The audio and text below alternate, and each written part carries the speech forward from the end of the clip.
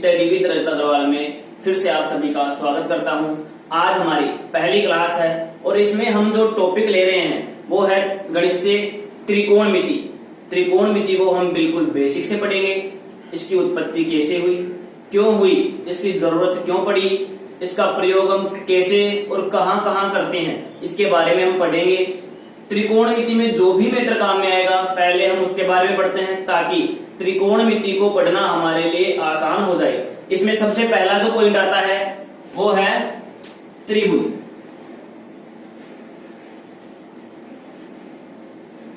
त्रिभुज के नाम से हम जानते हैं कि त्रिभुज क्या होता है। त्रि यानी तीन, भुज यानी भुजाएं। ऐसी आकृति जिसमें तीन भुजाएं हो, ऐसी आकृति जिसमें तीन भुजाएं हो। यदि हम इसका चित्र बनाएं तो इसका चित्र इस प्रकार बनता है, 1, 2 और 3। ये तीन भुजाएं हैं इसमें, साथ में 1, 2 और 3। ये तीन त्रिभुज में कोण होते हैं। इनको नाम देता हूं मैं A, B और C। इसमें जो याद रखने की चीज है वो ये है कि त्रिभुज के तीनों कोण, कोण A, कोण B और कोण C, इन तीनों कोणों का योग कितना होता है 180 डिग्री। अर्थात कोण A प्लस कोण B प्लस कोण C बराबर 180 डिग्री। अर्थात त्रिभुज के तीनों कोणों का योग 180 डिग्री होता है। अब त्रिभुज के बाद में हम पढ़ रहे हैं त्रिभुज में कौन सा त्रिभुज। त्रिभुज में भी हमको पढ़ना है समकोण त्रिभुज।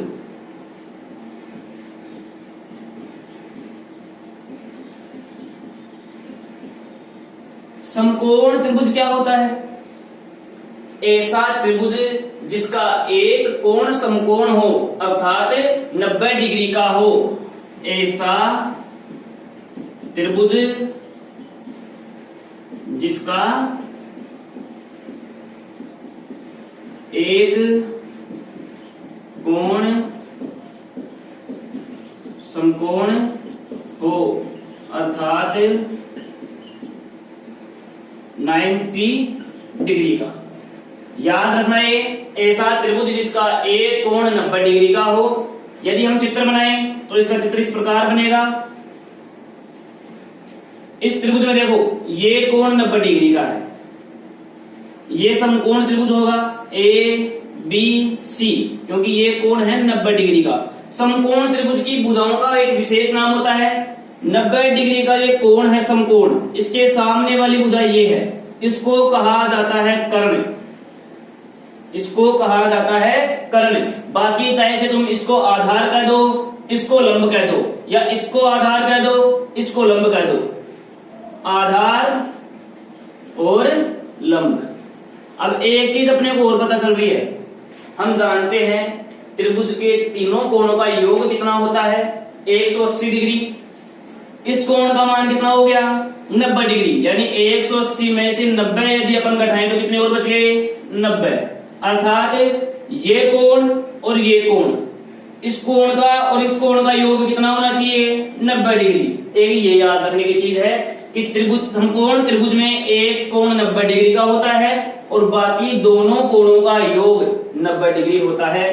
साथ में इन भुजाओं को ध्यान रखना, ये जो 90 डिग्री का कोण है इसके सामने वाली भुजा कर्ण कहलाती है, ये आधार है और ये लंब है। हम इसको लंब लिख सकते हैं और इसको आधार भी लिख सकते हैं, इसका कोई फर्क नहीं पड़ेगा। साधारणतया त्रिकोणमिति में तो इसका फर्क पड़ता है। देखो दोस्तों हमने क्या क्या पढ़ लिया। हमने पढ़ लिया त्रिभुज क्या होता है। त्रिभुज ऐसी आकृति जिसमें तीन भुजाएं होती हैं और त्रिभुज में तीन कोण होते हैं और उन तीनों कोणों का योग कितना होता है 180 डिग्री। और साथ में हमने पढ़ा समकोण त्रिभुज। समकोण त्रिभुज किसे कहते हैं? ऐसी आकृति या ऐसा त्रिभुज जिसमें एक कोण समकोण अर्थात 90 डिग्री का हो। और समकोण त्रिभुज में क्या क्या पढ़ा? कर्ण पढ़ा, आधार पढ़ा और लंब पढ़ा। अब हम पढ़ते हैं त्रिकोणमितीय अनुपात। हमारा जो पॉइंट है अब हम शुरू कर रहे हैं। अब हम पढ़ रहे हैं त्रिकोणमितीय अनुपात।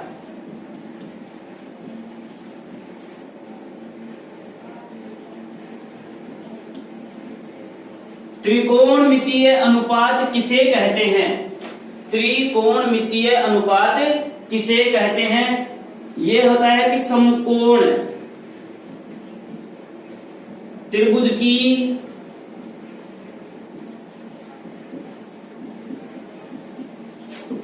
भुजाओं का अनुपात। समकोण त्रिभुज की भुजाओं का अनुपात ही त्रिकोणमितीय अनुपात कहलाता है। इसका नाम देखो त्रिकोणमितीय। त्रि का मतलब क्या होता है? तीन। कोण को हम जानते ही हैं। और मिति का मतलब क्या हुआ? आकृति। अर्थात तीन कोण वाली आकृति में अनुपात। और तीन कोण वाली आकृति क्या होती है दोस्तों? ये होती है त्रिभुज। और वो त्रिभुज भी कौन सा होगा? समकोण त्रिभुज। अर्थात समकोण त्रिभुज की भुजाओं का अनुपात त्रिकोणमितीय अनुपात कहलाता है। अर्थात हम जब भी त्रिकोणमिति का प्रयोग करेंगे वो केवल और केवल समकोण त्रिभुज के लिए ही होगा।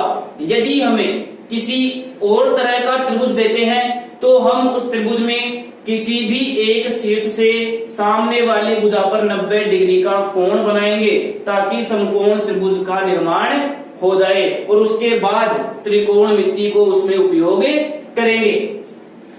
इसको समझने के लिए हम एक समकोण त्रिभुज का चित्र बनाते हैं। ये एक समकोण त्रिभुज है और इसमें ये कोण 90 डिग्री का। इसको नाम देते हैं हम ए, इसको बी और इसको सी।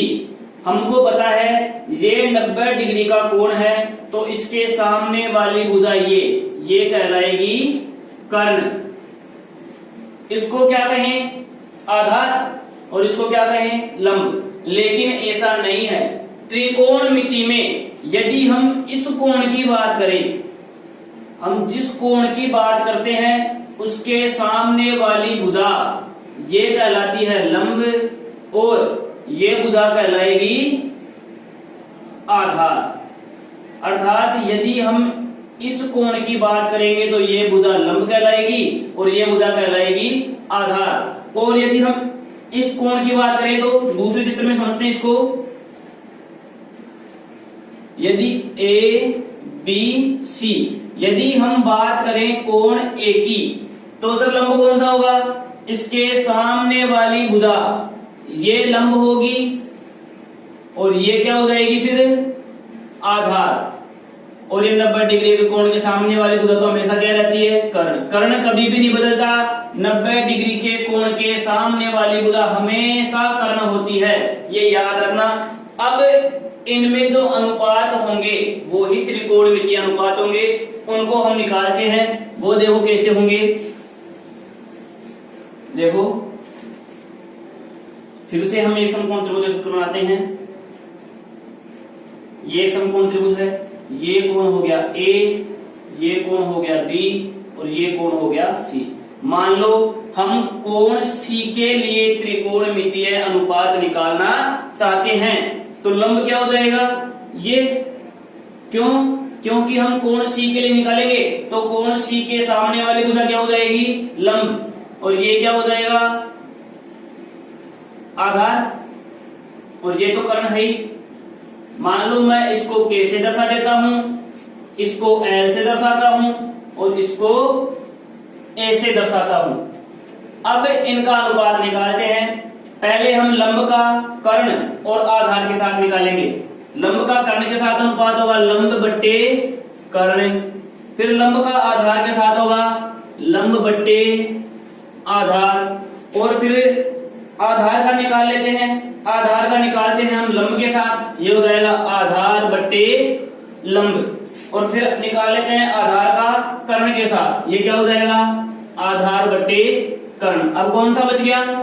अब बच गया कर्ण। कर्ण का किसके साथ निकाले? लंब के साथ, ये हो जाएगा कर्ण बट्टे लंब। और एक बच गया कर्ण बट्टे आधार। क्या इन 6 अनुपात के अलावा कोई भी अनुपात और बनता है? नहीं बन रहा। इसका मतलब इन 6 अनुपातों को ही त्रिकोणमितीय अनुपात कहते हैं। त्रिकोणमिति में इनको विशेष नाम दिया गया क्योंकि ट्रिग्नोमेट्री एक ग्रीक भाषा का शब्द है, उसी से हम इनको नाम देते हैं। देखो लंब बट्टे कर्ण को कह देते हैं हम साइन, और इस कोण को मान लेता हूं मैं थीटा, तो इसको लिख देंगे साइन थीटा। और यदि तुम इसको थीटा नहीं मानना चाहते तो हम इसको क्या लिखेंगे फिर साइन सी, क्योंकि हम कौन से कोण के लिए निकाल रहे थे अनुपात, कोण सी के लिए। तो इसको कहेंगे क्या, साइन। लंब बट्टे कर्ण को कहेंगे साइन। आधार बट्टे लंब को कहा जाता है कोट। और सी लिख देंगे यहां पर, क्योंकि इस कोण की बात कर रहे हैं हम। इसको कहते हैं tan, और आगे लिख देंगे सी। आधार बट्टे कर्ण, इसको कहते हैं कोस। सी तो हम कोण लगा रहे हैं, यदि तुम इसको x मान लोगे तो यहाँ पे x लग जाएगा, यदि यहाँ पे तुम y मान लेते हो इसको तो यहाँ y लग जाएगा। और कर्ण बट्टे लंब, इसको कहते हैं कोसेक सी, और इसको कहेंगे सेक सी। याद रखना, ये हो जाएगा लंब बट्टे कर्ण को हम कहते हैं साइन, लंब बट्टे आधार को कहते हैं tan, आधार बट्टे लंब को कहते हैं कोट, आधार बट्टे कर्ण को कहते हैं कोस, कर्ण बट्टे आधार को कहते हैं कोसेक, और कर्ण बट्टे लंब को कहते हैं कोसेक, और कर्ण बट्टे आधार को कहते हैं सेक कहते हैं। याद रखना ये सारी चीजें। अब इनको क्रम से याद करने के लिए हम ऐसे लिख लेंगे, क्रम से ऐसे याद करना है इनको, साइन, कोस, tan, कोट, सेक, कोसेक। ये क्रम से याद रखना, साइन, कोस, tan, कोट, सेक, कोसेक। इन सूत्रों को याद करने का तरीका मैं तुम्हें बता देता हूं। इन सूत्रों को याद करने के लिए इसको आप पोज करके उतार लेना। देखो, इन सूत्रों को याद करने का तरीका, एक चीज याद रखना, एक तो वो क्रम से याद रखनी है तुम्हें, साइन, कोस, tan, कोट, सेक, कोसेक। अब एक चीज याद रखना, L A L बट्टे K A, लाल बट्टे कक्का। ये याद रखना है, आपको लिखना है L A L लाल बट्टे K A कक्का, लाल बट्टे कक्का, और क्रम से लिख देना है। ये याद करने का तरीका है, साइन यहां लिखना है, कोस यहां लिखना है, tan यहां लिखना है, कोट यहां लिखना है, सेक, और यहां लिखना है कोसेक। अब ये सारे सूत्र बन चुके हैं। साइन के लिए सूत्र क्या बना, लंब बट्टे कर्ण, ये रहा। कोस के लिए सूत्र क्या बना, आधार बट्टे कर्ण, कोस, ये रहा, आधार बट्टे कर्ण। फिर देखो tan के लिए सूत्र बना लंब बट्टे आधार, ये tan के लिए सूत्र बन गया। फिर कोट का सूत्र क्या बनेगा, आधार बट्टे लंब, ये भी बन गया। इसके बाद सेक का कर्ण बट्टे आधार, ये रहा। और फिर लास्ट में कोसेक के लिए कर्ण बट्टे लंब, वो ये रहा। ये सारे सूत्र याद हो जाएंगे इसके माध्यम से, लाल बट्टे कक्का के माध्यम से। इसको तुम्हें रटने की जरूरत नहीं पड़ेगी, बिल्कुल इस तरीके से याद कर लेना। अब हम बात करते हैं कक्षा 10 में जो त्रिकोणमिति चलती है उसके बारे में। ये पूरा त्रिकोणमिति का बेसिक था। अब इसके आगे बढ़ते हैं। ये यदि आपको समझ में आ गया तो आगे का भी समझ में आएगा। और यदि किसी को इनमें थोड़ी भी दिक्कत है तो वो कमेंट सेक्शन में जरूर कमेंट कर दें। अब देखो, हमने त्रिकोणमिति को किस प्रकार से पढ़ा, साइन, आगे मैं लिख देता हूं थीटा। तो थीटा कोई विशेष कोण है, cos theta, tan theta, cot theta, sec theta और कोसेक थीटा।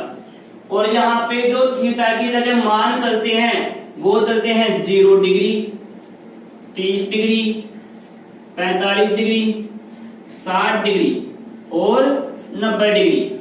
इन सभी का मान हम प्रत्येक त्रिकोणमितीय अनुपात के लिए निकालेंगे। Sine 0, sine 30, sine 45, sine 60, sine 90, इसी प्रकार कोस 0, कोस 30 और यहां से लेकर के यहां तक टोटल 30 मान हो गए। इनकी त्रिकोणमितीय अनुपात सारणी बनाएंगे और इन सभी के मान याद करेंगे। और उसको याद करने का सबसे सिंपल तरीका मैं आपको बताता हूं। देखो,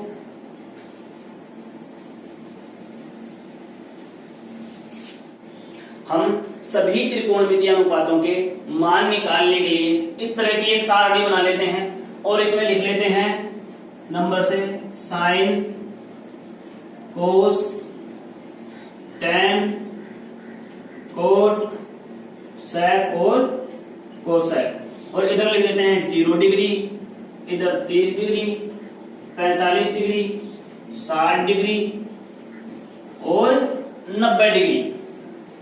अब हम इनके मान निकाल रहे हैं और निकालते कैसे हैं? हमको गिनतियां तो आती हैं और गिनतियां कहां से चालू होती हैं? 0, 1, 2, 3 और 4। यहां सबसे बड़ी संख्या कौन सी है अपने पास? 4 है, तो सभी में 4 का भाग दे देते हैं। 4, 4। इसके बाद हमें करना क्या है? इन सभी पे अंडर रूट का चिन्ह लगाना है।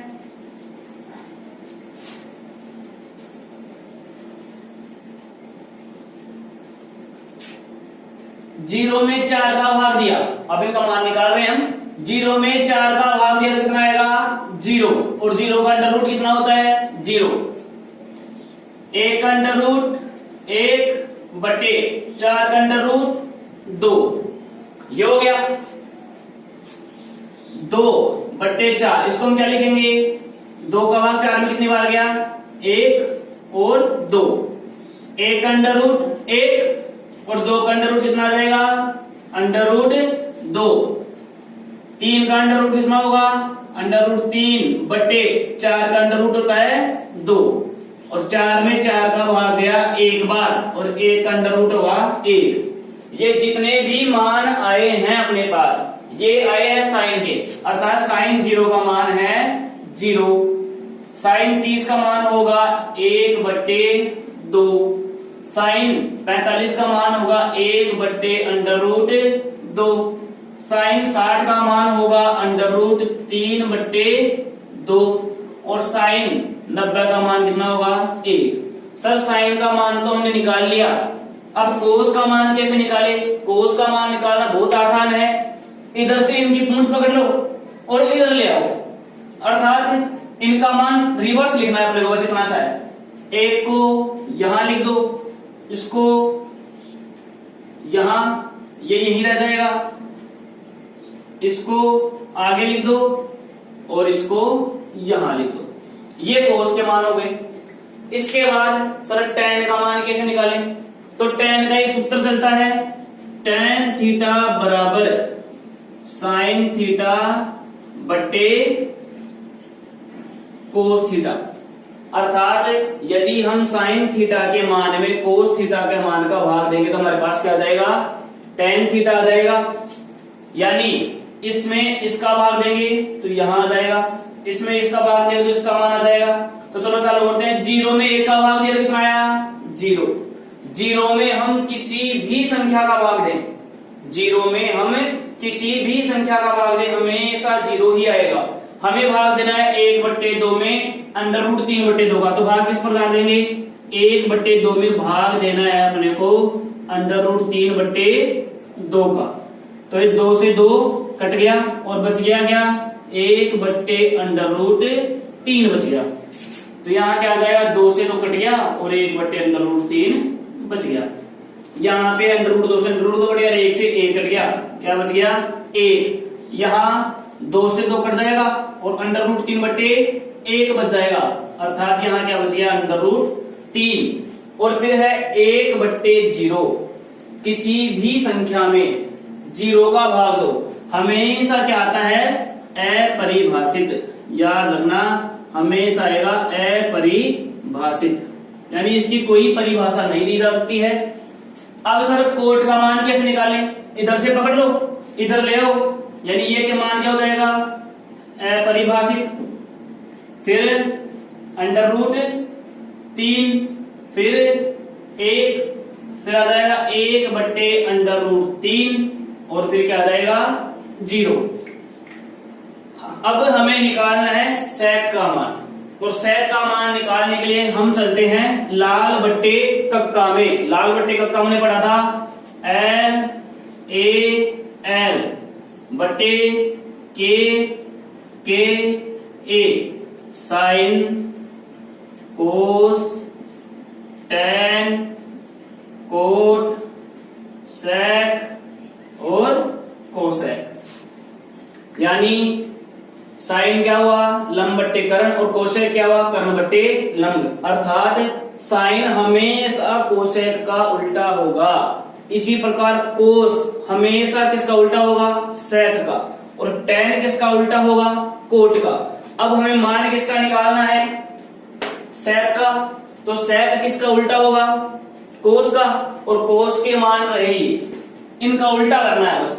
1/1 1, इसका उल्टा क्या हो जाएगा, 2/√3, इसका उल्टा क्या होगा, √2/1, तो ये हो जाएगा √2। इसका उल्टा क्या होगा, 2/1 यानी 2, और इसका उल्टा होगा 1/0, क्योंकि 0 इसको क्या लिखेंगे, 0/1 लिख सकते हैं, और इसका उल्टा करें तो क्या हो जाएगा, 1/0 हो जाएगा। और किसी भी संख्या में 0 का भाग देंगे तो क्या आएगा, वही आएगा अपरिभाषित।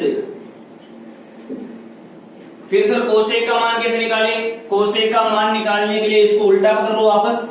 यहां क्या हो जाएगा, अपरिभाषित, यहां 2, यहां √2, यहां 2/√3, और यहां हो जाएगा 1।